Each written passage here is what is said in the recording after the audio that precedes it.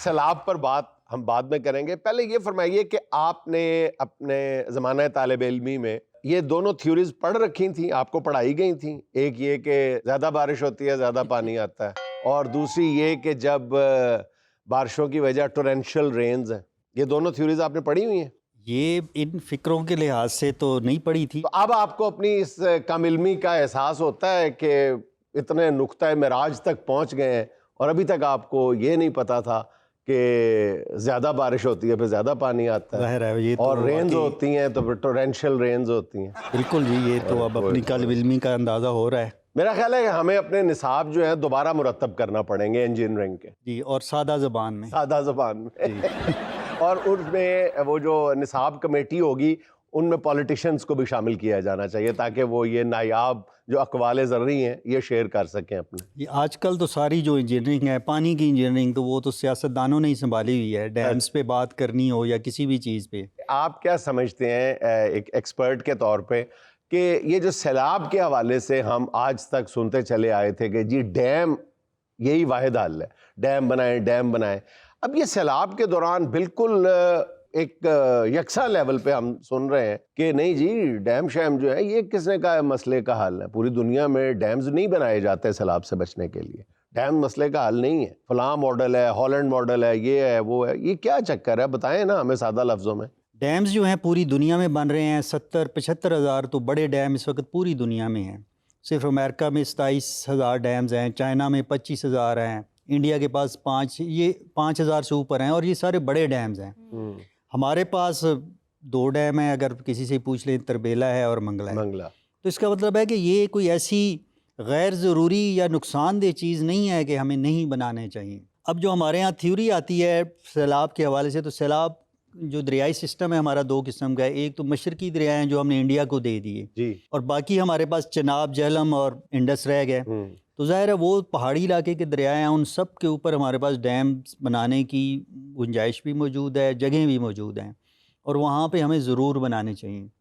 اور وہاں پہ یہ سیلابوں کو واقعی روکتے ہیں. جیسے اب تربیلا سے کوئی ریلا چلے تو چشمہ بیراج پہ ہم نے ایک چھوٹا سا بیراج بنایا ہوا ہے جس کی 4 لاکھ ایکڑ فیٹ کی کیپیسٹی ہے, لیکن تربیلا والے ریلے کو وہ 2 لاکھ کیوسک کم کر دیتا ہے.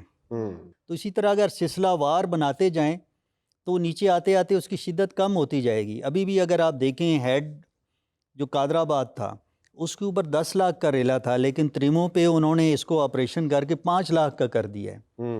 تو اس لیے جو آپ نے اس پہ شاباش بھی دی تھی. تریموں والوں کی شاباش تو زیادہ بنتی ہے کہ انہوں نے بہت زیادہ امپیکٹ نیچے, مطلب بہت سہولت پہنچائی ہے. تو اس لیے بالکل یہ کہنا کہ ڈیم ہی واحد حل ہیں یا ڈیم بالکل نہیں ہونے چاہیے, یہ دونوں صورتحال جو ہے یہ صحیح نہیں ہے. یہ جو ہمارے میدانی علاقے ہیں, چونکہ میدانی علاقوں میں قدرتی طور پہ ڈیم نہیں بن سکتے, تو اس لیے یہاں پہ اور حل ہیں. جیسے ہر 100 کلومیٹر پہ ایک بیراج بنائیں اور وہاں پہ کوئی 50,000 سے لے کے 1 لاکھ ایکڑ فٹ کی کیپیسٹی بنائیں. سیلاب جیسے جیسے آگے بڑھتا جائے اس کو تھوڑا تھوڑا کم, ہر جگہ سے 50,000 سے لے کے 1 لاکھ کیوسک تک کم کرتے جائیں, تو 100-150 کلومیٹر بعد آپ کا جو فلڈ کی شدت ہے یہ کم ہو جائے گی. اچھا سر جی, مجھے یہ بتائیے کہ سادہ لفظوں میں نہیں سمجھ پایا کہ ہمارے پاس جب سیلاب آتا ہے, جس طرح موسم خراب ہو جاتا ہے, ہمارے پاس کوئی اقدامات ہوتے ہی نہیں ہیں. آئندہ سال کے لیے ہم نے کوئی اقدامات کیے ہیں کہ کیسے بچا جائے گا اس سے؟ دیکھیے جو یار ایک بات یاد رکھو, بیوی کی ڈوئی اور آسمان سے جو سیلاب پانی آتا ہے, ان دونوں چیزوں کے بارے میں کوئی حتمی پیش گوئی نہیں کی جا سکتی کس وقت وہ آ جائے. نہیں, یہ جب آ جاتی ہے قبر پہ پھر پتہ چلتا ہے آ گئی جی. چلو ڈوئی تو پچھوں آتی ہے, تو اتوں آتا ہے. بس فرق ہی ہے, ڈائریکشن کا فرق ہے صرف. میرا بیوی تو ڈوئی کھو کے بندہ کر کے سٹ دی کسی بیڑے چ, وہ میرا خیال مان دی ڈوئی ہوتی. جی بٹ صاحب کیا فرمائیں گے جی, اگلے سال یہ صورتحال نہ دیکھنی پڑے, کوئی شارٹ ٹرم سلوشن اور پھر لانگ ٹرم سلوشن. ایک لفظ میں اگر کہنا چاہوں تو وہ ہوگا تیاری. ہم اس سیلاب گزرنے کے بعد سو نہ جائیں. ہمارے پاس ٹائم ہوتا ہے 9 مہینے کا اگلے سیلاب سے پہلے, ہمارے ایمرجنسی فلڈ پلانز بنے ہوئے ہوں. باقی شارٹ ٹرم لانگ ٹرم میں یہی ہے کہ جس طرح آپ میڈیا پہ ہر جگہ بات ہو رہی ہے, سب سے پہلے تو اپنے پانی کے راستوں کو کلیئر کریں. یہ بہت بڑی چیز ہے, اس میں ہمیں سوسائٹیاں بنائی کہہ دینا بہت آسان ہے ایک جملے میں, لیکن کر کے دکھانا, جب بڑے بڑے بیچ میں مگرمچھ آئیں گے, ان کے محلات آئیں گے, ان کے فارم ہاؤسز آئیں گے, ان کے پلازاز آئیں گے, ان کو گرانے کے لیے کہاں سے لائیں گے ہم؟ چاہیے اس مگر مچھ کے لیے پہلے اگر مچھ آئے گا. اچھا ڈاکٹر صاحب یہ بتائیں کہ یہ ہماری جو حکمران ایلیٹ ہے جو دریاؤں کے راستے بھی جنہوں نے روکے ہوئے ہیں کیوں نہیں شرم سے پانی پانی ہو جاتے؟ اور اگر یہ شرم سے پانی پانی ہو بھی جائیں گے لوگ تو وہ پانی کہیں استعمال ہو سکتا ہے؟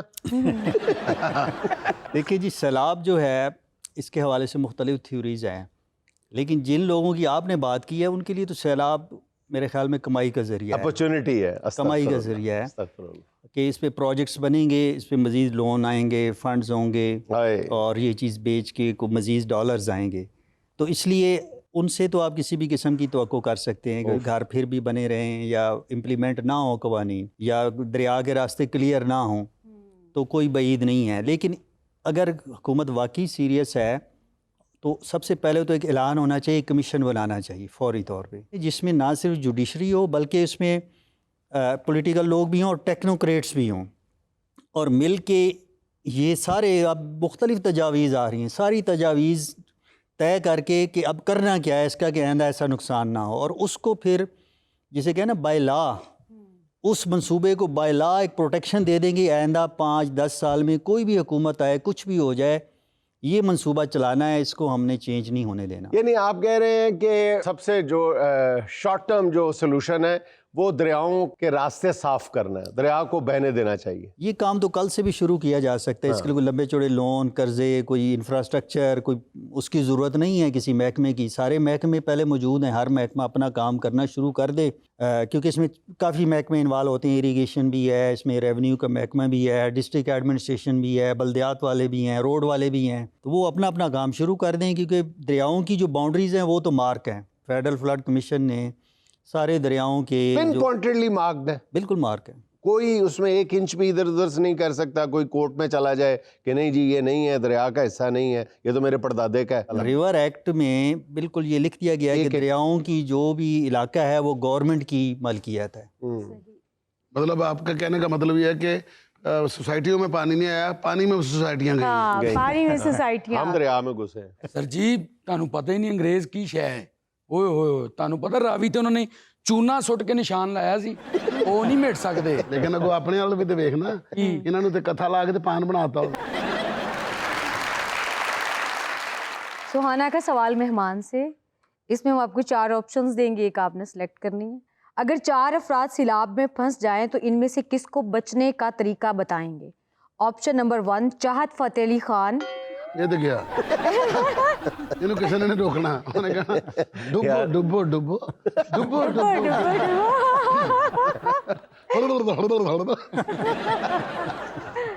آپشن نمبر 2 نریندر مودی، یہ بھی گیا، یہ اس تو بھی اگے گیا۔